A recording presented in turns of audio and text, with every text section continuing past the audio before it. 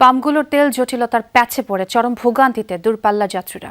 ঢাকায় প্রবেশ ও ছেড়ে আসা বাসগুলো নষ্ট হচ্ছে অনেকটা সময়। এতে বাসের শিডিউলে যেমন প্রভাব পড়ছে, তেমনি গন্তব্যে পৌঁছাতে অতিরিক্ত আরও 2 থেকে 3 ঘন্টা সময় বেশি লাগছে। অন্যদিকে ঢাকায় প্রবেশ করবে এমন মোটরসাইকেল চালকদের ভোগান্তিও আকাশ ছোঁয়া। তবে পাম্প কর্তৃপক্ষ বলছে, যে পরিমাণ জ্বালানি ডিপো থেকে দেয়া হয় তার চাহিদা মেটাতে যথেষ্ট নয়। সিলভার টিপ কন্ট্যাক্টে তৈরি নিরাপদ ও নান্দনিক ক্লিক সুইচ নির্ভরতা জীবন জুড়ে। সকাল ৮টা, রাজধানীর অন্যতম প্রবেশমুখ মাতোয়াইলের একটি তেল পাম্পের দৃশ্য এটি। ঢাকায় যেসব যাত্রীবাহী বাস ঢুকছে তারা নেবে জ্বালানি, তবে এই তেল নিয়েই যত তেলেশমতি। 400 যাত্রী নামাইছি, নামাই দিয়ে এই থেকে আইতে 4টে পাম্প পরে 4টাতে গেছি, মানে কোনো তেল দেয় না। কালকে তো তেল লইতেই পারে নাই, পুরো পাম্প বন্ধ। কালকা তেলের জন্য সকাল 8টা থেকে বিকেল দুপুর 2টা পর্যন্ত তেল পাইনি। ঢাকায় প্রবেশ ও ছেড়ে যাওয়া বাসগুলোর তেলের পাম্পে এমন দীর্ঘ অপেক্ষা লেগে থাকে সকাল বিকাল। সকালে গন্তব্য ছেড়ে যাওয়া বাসগুলোর পাম্পে অপেক্ষা করতে হয় কয়েক ঘন্টা। তার ওপর চাহিদা মতো সব পাম্পে তেল দেয়া হচ্ছে না অভিযোগ চালকদের। জ্বালানি নিতে দীর্ঘ লাইন আর কর্মঘণ্টার অপচয়ে অতিষ্ঠ যাত্রীরাও। 8টার আগে আসলে আমরা ঢাকার ভিতরে ঢুকে গেছি, কিন্তু এই তেল নিতে গিয়ে আরো 1 ঘন্টা সময় নষ্ট হয়েছে। এখানে তেলের জন্য যেহেতু যাত্রা বিরতি, অফিস টাইম নির্দিষ্ট সময়ে যেতে পারবো কিনা একটা মনের মধ্যে টেনশন আছে। তেলের জন্য গাড়ি লেট করে আসছে, তারপরে বাচ্চা নিয়ে রাস্তায় ফুটপাতে ছিলাম প্রায় 2 ঘন্টার মতো।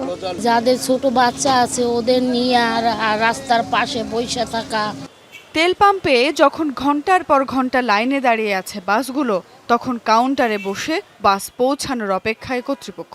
জ্বালানি নিতে অতিরিক্ত সময় লাগায় এর প্রভাব পড়ছে বাসের শিডিউলে। তবে নিজস্ব নির্ধারিত পাম্প আছে যেসব পরিবহনের, তারা বলছেন কিছুটা স্বস্তির কথা। মোটামুটি পাচ্ছি তো, আমাদের কোনো সমস্যা না, সংকট না। কিন্তু লোকাল গাড়িগুলোর বিভিন্ন রকম কথা শুনতেছি যে এদের সংকট। যখন গাড়িটা কক্সবাজার যাচ্ছে বা চিটাগাং যাচ্ছে, দেখা গেল 4 ঘন্টা 5 ঘন্টার গাড়ি, সেখানে 6.5 ঘন্টা লাগতেছে।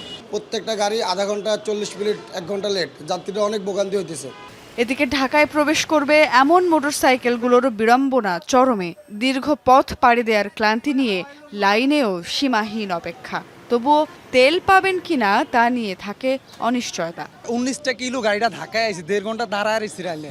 ও এখন বলতেছে তেল দিবেন, আগে বললো তো আমরা দাঁড়াইতাম না। কয়েকজন তেল নিল, দেখলাম 1200, 1000, 900 সবাইকে দিতে। আমি বললাম যে সবাই তো এইভাবে নিলে পাবে না। 2 দিন আগে আনা ছিল, 2 দিন ধরে বেচতে শেষের দিকে আসছে। এখন যতটুকু ছিল আমি অতটুকুই সবাইকে দিয়ে দিচ্ছি। পাম্পে তেলও আসছে অপর্যাপ্ত, শেষ হচ্ছে দ্রুত। এ নিয়ে ফিলিং স্টেশনগুলোয় উত্তেজনা আর অনিশ্চয়তার চিত্র এখন প্রতিনিয়ত। প্রতিটি তেল পাম্পে এখন ঠিক একই রকম পরিস্থিতি। উদ্বেগ, উৎকণ্ঠা, উত্তেজনা, অনিশ্চয়তা এবং একই সঙ্গে মানুষের ভোগান্তি। জ্বালানি তেল নিয়ে এই সংকট কাটুক অতি দ্রুত, সেই দাবি প্রত্যেকের। একই সঙ্গে একটি সুনির্দিষ্ট নীতি এবং সমস্যাগুলো সমাধানের একটি সুনির্দিষ্ট পন্থা উন্মোচন হোক জাতির সামনে, সেই দাবিও মানুষের। সুমাইয়া ঐশী, যমুনা নিউজ, ঢাকা।